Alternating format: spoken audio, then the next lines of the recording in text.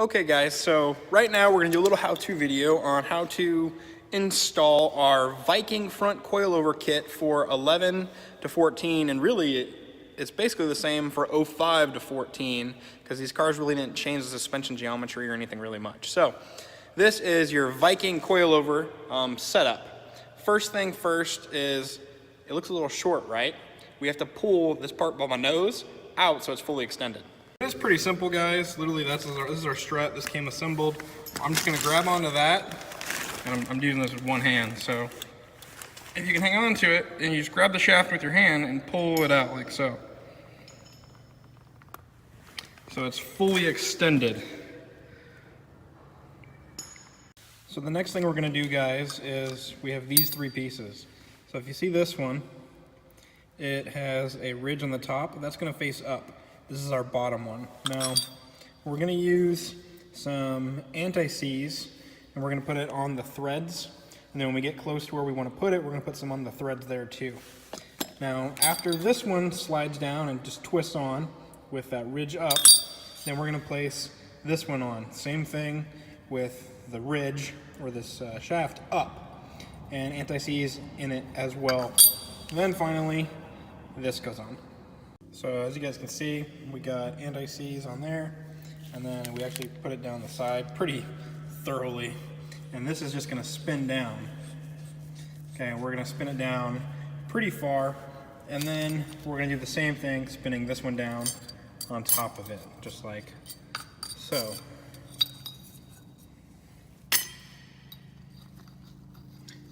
And basically what this does is this is the seat for your spring, and it also locks it in place. So this just springs or slides down like that, spinning. And what happens is basically you get this set where you want it, and then you twist this one up into it and it locks it in place.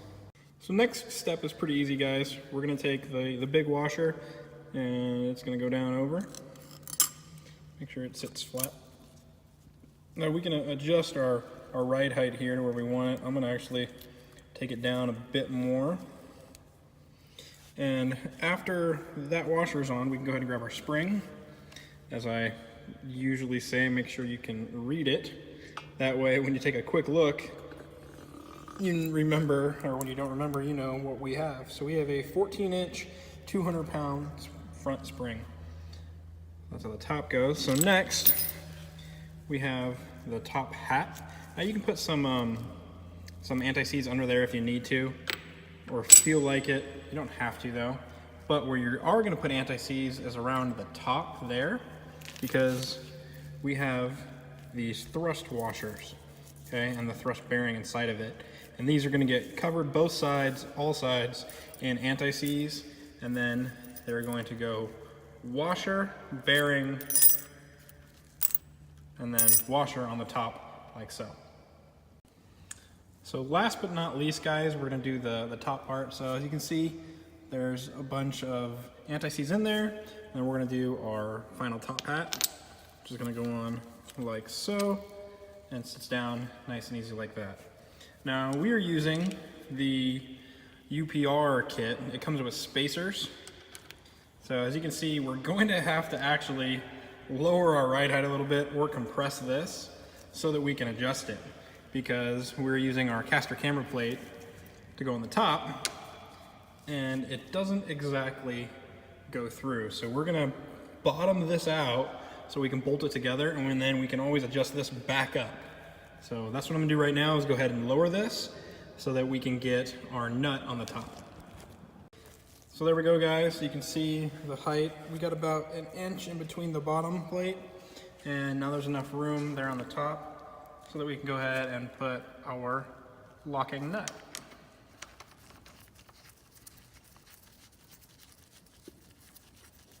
There we go.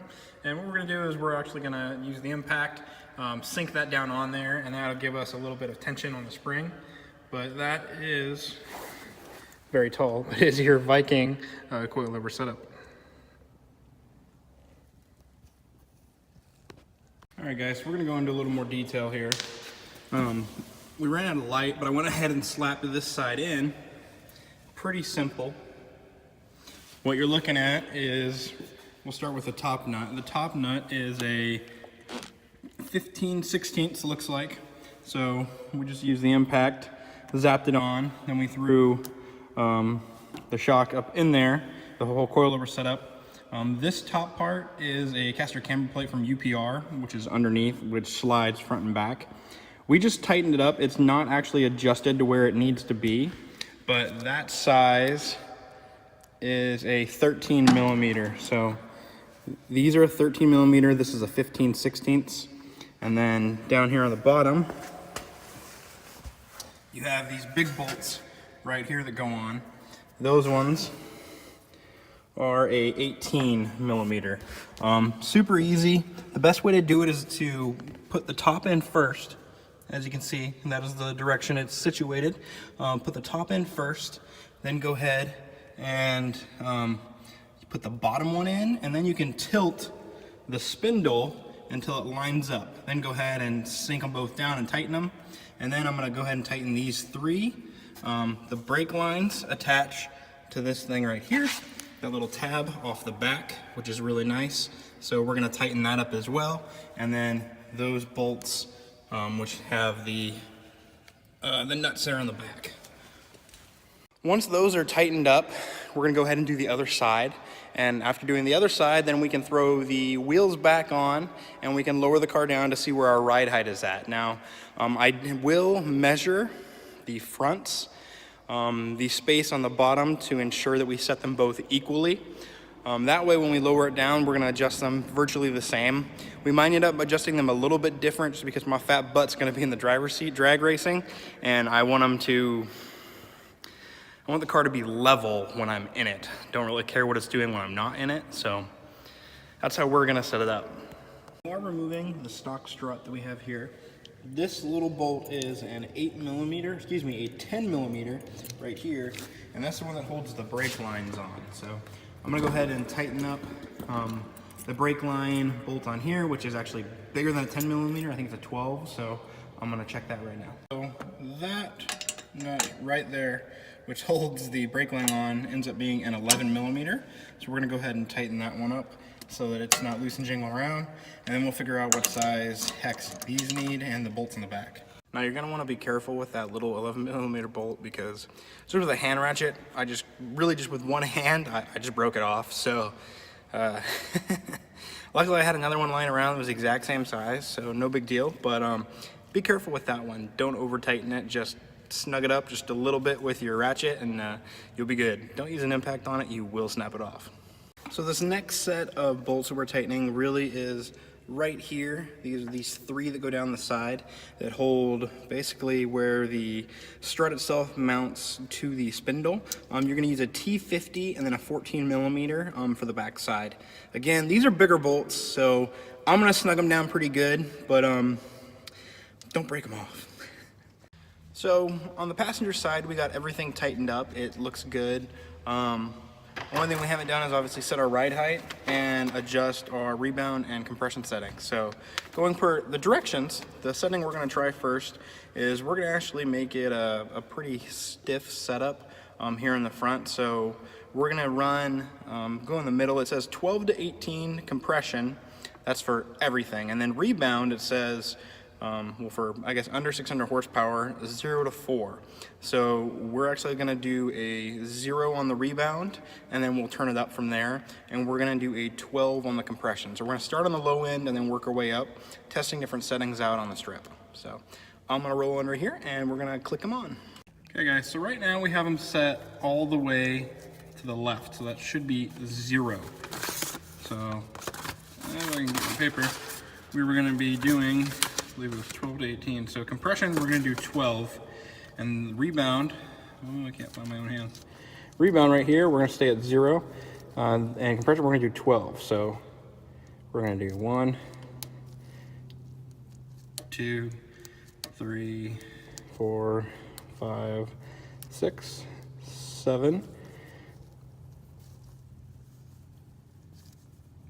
Or is it 7? 8, 9, 10, 11, and that should be 12 right there. So there you go. We're gonna stay on 12 there and 0 on our rebound. So obviously R for rebound and C for compression. So there we go, guys. Looks pretty good. Everything's all tightened up. Only thing we're gonna do is change the ride height after we get both set, and we'll decide where we want it to sit. I take that back. There will be one more thing. We will adjust the camber up top as well after we set our ride height. Easy peasy lemon squeezy, guys. Both of them are off. And we'll just basically play with this till we get it pop out. One, and we are gonna reuse those. So you're gonna support it a little bit, and you should be able to kind of jiggle it out. I'm gonna need both hands, but I'll get the bottom one out. It's pretty simple. We have all of that unsecured now. It's unbolted, so we're just gonna let it rest for a minute, and then we're just gonna go up to the top. And all you're gonna do is remove those 4. We do them pretty evenly, and then we drop the last one, and that will literally drop the entire shock and spring combo down out of the car. Pretty simple, guys. It literally takes like 3 different size of sockets and 2 little impacts. The top size to get off was a 13 millimeter. I don't know if I've said that yet or not. 13 millimeter, those 4 bolts. Strut. What we're showing on the inside, guys, is what it'll look like. There you go.